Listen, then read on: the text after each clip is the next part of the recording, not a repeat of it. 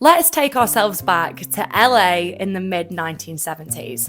The West Coast had become a haven for rock and roll creatives. The studios were overflowing with Hollywood money, and David Bowie had access to all of it. But while the studios were good, the drugs were better, and the decadence around him pushed him into a downward spiral that threatened to swallow his entire career. Accounts of Bowie's LA period describe him as surviving on milk, red and green peppers, and cocaine. And during this period, he also became fascinated by Nazi imagery, fascism, Hitler, and the occult. It was the American dream turned nightmare. He was seeing things in the sky and drawing them on my windows in crayon, Glenn Hughes told Louder. One night, David was so high, he thought the devil was in his swimming pool. He had me in there, fully clothed, searching for the devil.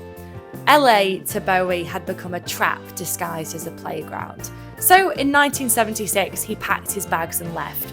First to Switzerland to detox, and then to West Berlin, a place that couldn't have been further from the sun-bleached chaos of California. Berlin was divided, bleak, cheap, but most importantly, creatively alive.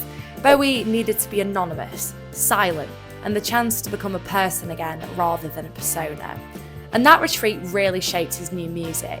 When Bowie began working on Low, he wasn't thinking about hits or charts, he was thinking about his own survival.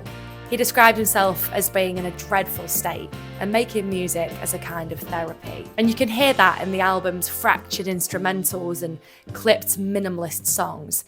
They were reflections of his mental and physical exhaustion during this time. And nowhere is that clearer than on Sound and Vision. Bowie later called it a very sad song, written while he was trying to drag himself out of the worst period of his life. He remembered sitting alone in Berlin, determined to stop drinking and taking cocaine after some terrifying health scares. And the song became his retreat, a fantasy of disappearing into a cold, quiet room with blue walls and the blinds drawn tight. And it's ironic that Sound of Vision sounds so effortlessly cool, its bright, hypnotic groove hiding a wounded interior. He barely sings on the first half of the record, as if he's hiding inside it. Bowie could have stayed in LA and burned out, but instead he stepped away, shut the blinds, and rebuilt himself. And out of that silence came one of the defining tracks of his career.